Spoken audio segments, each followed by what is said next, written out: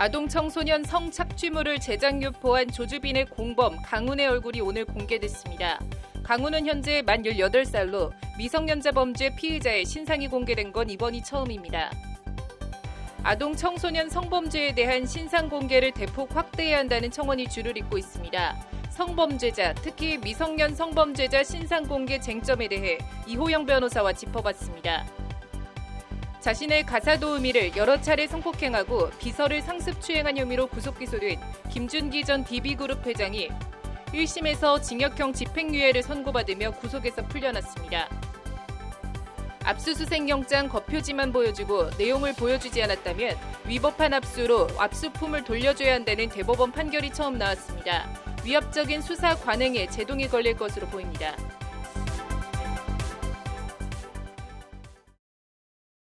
(4월 17일) 법률방송 로투데이 시작하겠습니다. 첫 소식입니다.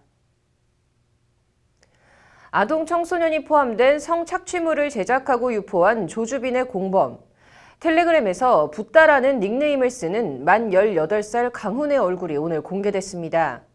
미성년자에 대한 범죄 피의자 신상정보 공개는 이번이 처음입니다.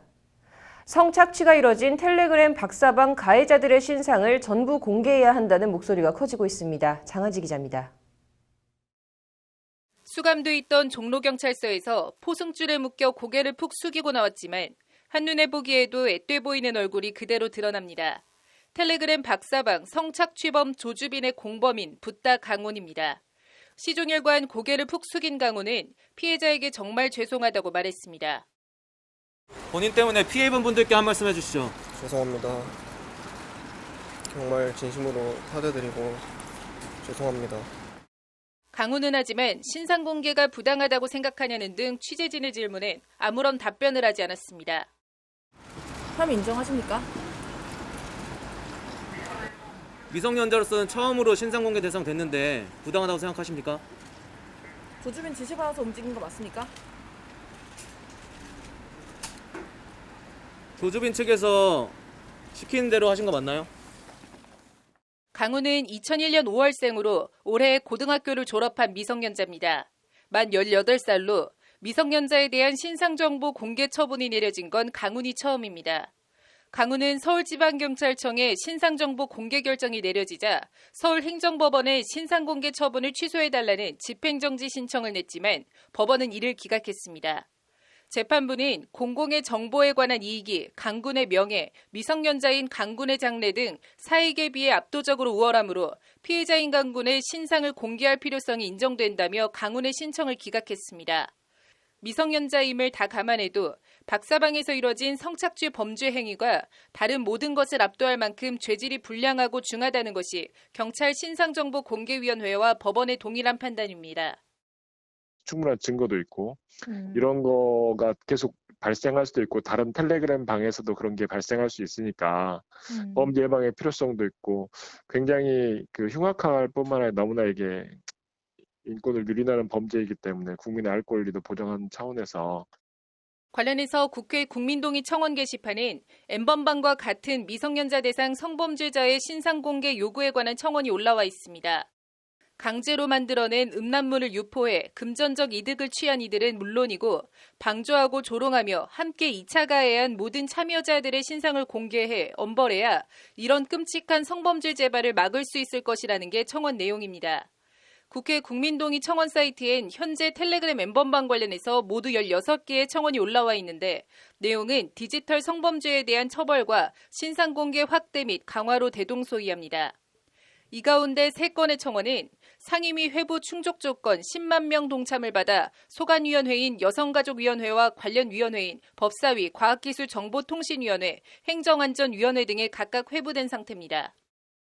유료 회원 중에 이제 성폭력 범죄와 관련이 있든지 아니면 아동 청소년 음란물을 반포를 했든지 카메라 이용 촬영죄로 그 영상물을 그 SNS 같은데 이제 보냈든지 그렇게 되면 흔히들 말해서 이제 신상 공개가 되는 거예요. 박사방을 비롯한 N번방 사건에 가담한 전원의 신상을 공개해달라고 촉구하는 청와대 국민청원에는 현재까지 200만 명 이상이 참여한 상태입니다. 하지만 특정 범죄나 행위 가담자에 대한 일률적인 신상정보 공개 부작용을 우려하는 목소리도 있습니다. 성폭력 처벌법은 범죄를 범했다고 의심할 만한 충분한 증거가 있는 때로 신상 공개를 엄격히 제한하고 있는데 일률적으로 신상을 공개했다가 나중에 무죄 판결을 받을 경우 그 피해를 어떻게 회복하냐는 겁니다. 일반적인 모든 이제 범죄자들을 다 그렇게 신상을 공개할 수 있는지는 이제 미국도 약간 논쟁이 되고 있죠. 피의자일 경우에 지금 공개한다는 게 이슈가 좀 될 소지가 있죠. 왜냐하면 무죄 추정의 원칙. 회복 불가능한 피해 가능성을 우려하는 일각의 우려에도 불구하고 여론은 아동 청소년 대상 성범죄에 대해선 처벌 수위는 물론 신상정보 공개를 크게 확대 강화해야 한다는 목소리가 훨씬 많습니다. 공을 넘겨받은 국회가 특히 21대 국회 절대 의석을 차지한 더불어민주당이 어떤 입장과 결정을 내릴지 주목됩니다. 법률방송 장은지입니다. 네, 부탁 강훈 얘기 더 해보도록 하겠습니다. 이용 변호사의 뉴스업입니다. 이 변호사님 어서 오십시오. 안녕하세요. 네, 저희가 앞서 이제 전해드렸는데 이 박사방 공동 운영자 강훈의 얼굴과 이름이 국민들 앞에 공개가 됐습니다. 그런데 지금 이에 대해서 강군이 공개 반발을 했다고요? 네, 이제 자신의 신상 정보가 이제 어제 일자로 공개가 됐죠. 그러다 보니까 강훈 측에서는 이제 자신의 변호사인 그 강철구 변호사를 통해서 이제 행정소송을 제기를 하면서 아울러 집행정지 신청까지 했습니다. 그런데 뭐 법원은 일단 그 집행정지 신청에 대해서는 기각을 해서 뭐 다들 아시는 것처럼 지금 신상 정보는 공개가 되어 있는 상황입니다. 네. 이 N번방 사건이 사회적 공분이 굉장히 커서 이 피의자 신상 공개를 좀 해달라라는 국민적 요구가 상당했는데요. 이 쏟아질 비판도 이제 감수를 하면서 이 지금 강훈 측이 어떤 근거를 들면서 이번 소송을 제기를 한 겁니까? 뭐 한마디로 이야기하면 이게 무죄 추정 원칙에 위반된다라는 이야기를 하고 있어요. 네. 그래서 지금 특정 강력범죄처벌 특례법의 이제 그 조문에도 보면 신상 정보 공개의 요건에서 이제 규정하고 있는 것이 어떤 유죄의 증거가 이제 충분히 수집되어 있을 것. 다시 말해서 피의자가 어떤 지금 이런 범죄를 범하였다고 의심할 만한 충분한 증거가 있을 것이라는 요청을 하고 있거든요. 네. 그리고 실제로 강훈 같은 경우는 수사기관 이제 신상정보 이제 공개심의위원회에서 그러한 자료들을 쭉 봤을 거예요. 네. 그리고 강훈이 이제 검거된 이후에 어떤 피의자 신분 조서나 이런 것들을 검토해봤을 때 이 사람이 진짜 범죄를 저지른 충분한 증거가 있다 이 정도면 이렇게 일단 1차적으로 판단을 한 것으로 보이고요. 물론 재판은 받아봐야지 최종적으로 유무죄는 이제 결정된다라는 것이고, 다만 이제 뭐 보호 절차가 없다 이런 부분은 좀 문제 삼을 수 있는 지점인 것 같긴 해요. 그래서 향후에 법원이 좀 어떤 식으로 판결을 할지는 저도 조금 한번 지켜볼 필요가 있다 이렇게 지금 보고 있습니다. 그런데 지금 이미 오늘 오전에 지금 신상이 다 공개되지 않았습니까? 근데 이게 재판이 좀 의미가 있을까요? 그렇죠. 그런 이제 이야기들을 많이 하시더라고요. 뭐냐면 아니 이미 신상 공개된 이후에 이 공개 결정이 취소되는 게 무슨 실익이 있을까? 공개 결정이 이미 되었고 그 공개 결정에 따라서 오늘 오전에 강훈 씨의 이름과 그다음에 뭐 사진 같은 것들이 지금 공개가 됐죠. 얼굴.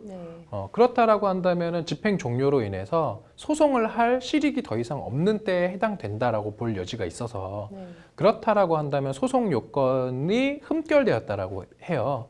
그런데 법원에서 달리 판단할 여지가 없는 건 아니에요. 이게 이제 비록 그 신상 정보가 공개는 되었지만 이 공개 결정이 위법하다라고 법원에서 판단을 해서 사후적으로라도 뭔가 강훈 씨 측에서 회복되는 어떤 법률상 이익이 있다라고 만약에 보게 되면 이것은 이러한 정보 공개 결정이 적법한지 위법한지를 이제 행정법원에서 판단을 하게 될 수도 있습니다. 그래서 이 부분은 좀 지켜볼 필요가 있을 것으로 보입니다. 네. 그렇다면 좀 이제 진행될 소송 좀 어떻게 전망을 하시고 또 이번 강 씨 신상 공개 어떻게 생각하십니까? 네, 지금 말씀드린 것처럼 이제 이 소송의 법원의 판단이 필요한지 어떤 소의 이익이 있는지 부분이 이제 아마 가장 큰 쟁점이 될 것이고요. 이제 결국은 그거예요. 만약에 위법하다라고 판단을 하면 이거는 공개하면 안 됐어야 되는 어떤 케이스다라고 이제 본다라는 건데 예를 들어서 뭐 그런 경우가 있을 수 있겠죠. 만약에 재판해 보니까 알고 보니까 강훈이 무죄다. 네. 그러면 사실 이렇게 무죄인 사람의 정보를 공개해 놓은 것은 사실은 더 이상 정당화될 수는 어렵지 않겠습니까? 그렇죠. 이러한 것들을 이제 봐서 법원이 지금 물론 이제 이미 공개는 결정되었지만 공개 결정이 위법한지 아닌지 판단을 할 여지도 있어서 이 부분 좀 지켜볼 필요가 있는 것 같고, 저는 개인적으로 지금 이 정도의 어떤 증거, 언론에 나와 있는 증거들이라고 한다면 이러한 조주빈과 그 강훈 N번방의 어떤 그런 주범들의 범죄로 인한 피해자들의 어떤 인생은 너무나도 지금 심각하게 망가져 버렸지 않습니까? 네. 그런 점, 다시 말해서 범행의 중대성을 고려한다면 이 정도는 공개가 돼야 되는 거 아닌가, 저는 개인적으로 그렇게 봅니다. 네. 지금 뭐 공익이 우선인지 인권이 우선인지는 좀 법원의 판단을 좀 지켜봐야 알 것 같네요. 오늘 잘 들었습니다. 다음 소식입니다. 압수수색 영장 겉표지만 보여주고 휴대폰 등을 압수했습니다. 추후에 변호사가 압수수색 영장 내용을 확인했습니다. 이 압수수색은 위법할까요? 법적으로 문제가 없을까요? 판결로 보는 세상입니다. 수사기관에서 피의자 신문을 받던 김모 씨는 신문 과정에서 휴대폰 등을 압수당했다고 합니다. 김 씨가 압수수색 영장을 보여달라고 하자 수사기관에선 영장 겉표지만 보여주고 내용은 보여주지 않았는데 추후 변호인 입회조사에서 영장 내용을 확인했습니다. 김 씨는 이에 대해 압수수색 당시 영장 내용을 보여달라고 했는데 겉표지만 보여주고 한 압수수색은 위법하다며 인천지법 부천지원에 압수수색을 취소해달라는 준항고를 냈습니다. 법원은 하지만 김 씨의 신청을 받아들이지 않았습니다. 김 씨가 당시 직접 압수수색 영장 내용을 확인하지 못했더라도 향후 변호인이 확인했기에 적법한 압수수색이라는 것이 법원 판단이었습니다. 김 씨는 이에도 불복해 다시 판단을 받아보겠다고 대법원에 재항고를 신청했습니다. 대법원은 김 씨 손을 들어줘 압수가 적법하다고 본 원심 결정을 깨고 사건을 인천지법 부천지원에 돌려보냈다고 오늘 밝혔습니다. 압수할 당시 피압수자가 압수수색 영장의 구체적 확인을 요구했음에도 수사관이 그 내용을 확인하지 않게 한 이상 헌법과 형사소송법이 정한 적법한 영장의 제시가 있었다고 볼 수 없다는 것이 대법원 판단입니다.